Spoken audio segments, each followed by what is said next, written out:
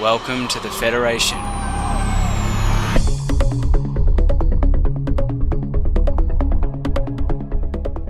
Oh, here we are, we're back again, folks. It is yet another start of the week, whatever that means. Out here in space, it really doesn't matter.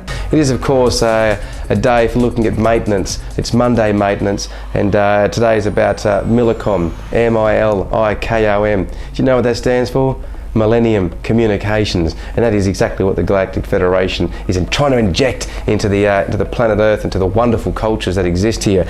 Today we are looking at energy and obviously the future trends around the planet. It's a wonderful environment, and as soon as we can sort our energy out, then we can hopefully inject that kind of understanding into the people and to the cultures on the planet Earth. So let's get to it. Tommy, check out energy for Milikom. Have fun. Oh, you little beauty. Thanks very much, Danny. And it sure looks wonderful up there in the spaceship, gazing upon the beautiful Bluestar planet Earth. And I'm here in Royal Park in the wonderful Melbourne, and it's a little bit frisky, it's a little bit cool. I've had a wonderful night in an Irish pub called the Quiet Man. Aye, and it was the wonderful people from Ireland who came from across the land to play the fiddle in celebration of the Federation. The Federation, aye. Potatoes, potatoes, potatoes, yay. The wonderful mate Claire, who's hopefully recovering as we speak. Today's transmission, our investigation, looks at the future industry of energy, and we all know about renewable energies and sustainability and solar power, wind power, geothermal, and all these wonderful technologies which are slowly encompassing the planet Earth to hopefully keep our species alive. On this transmission, we will also look at the possibility of dreaming, because the future relies on our wonderful dreams, and without it we're up shit creek. It's a wonderful time we live in, and science itself, the scientists around the world, face a severe predicament, because if they're not able to embrace new ideas, if they become stagnant as well and locked in their old ideas, their old ways, we all know that science has only evolved because people have come out and broken the laws of science, and new frontiers, new beginnings have unfolded, and slowly our scientific community getting up to speed on the true intelligence of our ancient people, and hopefully, and the more so they do this, we'll be able to move more quickly into a sustainable future. Let's check out this transmission, and I'll see you guys shortly back here in Royal Park for some news around the world. We hear New Zealand's copped a bit of a belting on the earthquake front, so I'll join you for that in a few moments. Enjoy! Welcome back to Milikom team. We all know that most rational people on this planet now agree that all of us are personally responsible for driving the changes in government and industry if we are to attain true sustainability and to improve human health. The real incentive behind the sustainable changes we speak of, however, is simply to survive. The world is running out of fossil fuels quickly, and we now have to find new ways to power our civilization. So what's the future look like if we are to take this sustainable revolution to its logical extreme? And how do the people of planet Earth strive to make this transition? In the last 15 years, 4 documents have been released from world scientific bodies unanimously urging world governments to take drastic action on the climate change threat.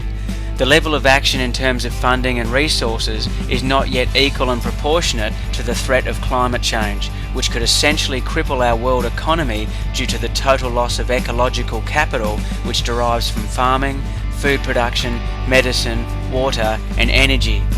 Right now, the lack of action to help people become more prepared for climate shutdown places many governments and industry at serious risk of gross criminal negligence.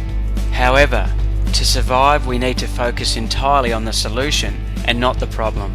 People can achieve this by voting with their money and choosing to invest into sustainable industries who are driven by moral and ethical principles.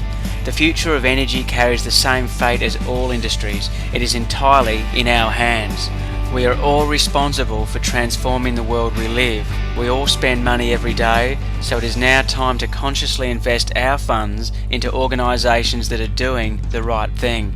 and by this, little by little, we can slowly see the fruits of our good intentions unveil over time.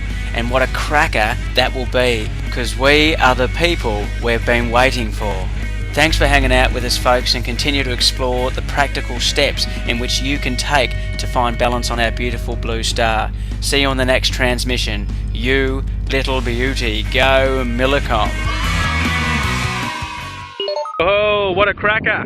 It's just wonderful to get an insight into the future industries and just to dream a little bit, because as we said, that's where the future is. It's in our very psyche, in our fossicles. Right guys, let's get to some news. Speaking of fossicles, the first is over there in Anchorage, Alaska, who have received one of the worst snowfalls on record. They're under about 2 feet of snow there from a bit of a blizzard that has slapped them down over recent days.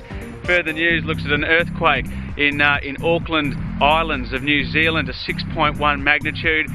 Further news from the earthquake front looks at swarms which have been occurring over in Reno, Nevada, and they had about a 4.9 a few days ago and are now receiving multiple swarms, just like California and other parts of the west coast of the United States. It's getting a bit shaky over there. I'll be putting my stack hat on pretty soon. Further news looks at a solar blast which has come off the sun without the aid of a sunspot. This is a very unusual event, and the impact of which is expected to hit the planet Earth over the coming days. It's a fairly large class solar flare, and this is an unusual event because normally it's accompanied with a sunspot which is not visible at this point in time, so we'll work that one out. Further news looks at the location of the planets on this wonderful day. I did have a glance at the stars last night, and it is wonderful to see Saturn lurking around the beautiful Leo constellation, as well as Virgo. Earlier on in the morning we get to see Jupiter hanging out with the beautiful Sagittarius and Capricorn, and Venus at the moment in the early morning is hanging around what we call the oceans part of the sky, which is Pisces, Capricorn and Aquarius. Very strong energies. It's a wonderful time to be alive. Let these energies of Jupiter and Venus radiate through your fossicles so you can expand that mind of yours and get on with this wonderful time of transformation. Thanks for hanging out with us, guys. It is Monday. It is Milikom. It's about getting up to speed on all the wonderful categories that can help you become more balanced on the planet Earth. So on this day, I hope you're smiling, and if need be, go out and do some yoga, do a headstand, do a bit of a nutty sprint through the town mall. They love it. They'll say they don't, but they love it. And we'll see you on tomorrow's transmission, where Danny Boy looks at the UN, the United Nations, and disclosure project, and how information and the freedom to information is essential in this time of coming to grips with climate change and the future itself. Thanks for hanging out with us, and we'll see you then. Take care, guys. Woohoo! Good on you, superstars. What another wonderful transmission there for Milikom, Milikom, Millennium Communications.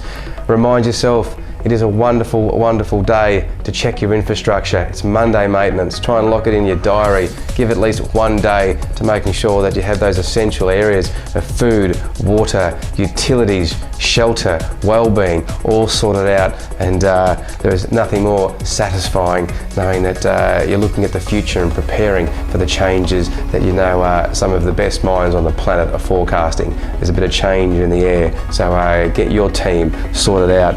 On tomorrow's program, we're looking at another freedom fighter investigation, and we're looking at the United Nations, and we'll have a quick quiz and see how much detailed facts and interviews and wonderful people around the planet Earth who have tried to knock on the door at the United Nations, trying to move the consciousness along, move the understanding of the activity from our good brothers and sisters in the galaxy, and it's an essential area. And although the United Nations are representative of the people of the planet Earth, we have to remind ourselves that it's a consciousness issue, and we need to make sure that people around the Earth start understanding the cultures that exist, and at least the potential of dimensional activity. So we'll have a look at the United Nations, and let's just have a look at their history of UFO information. I don't like using the word UFO, really. It just, to me, it's like a colony of ants talking about our people in relation to the kind of cars we drive. Is it a Ford? Oh, there's a Ford over there. Oh, there's a Toyota. Oh wow, okay, that's interesting.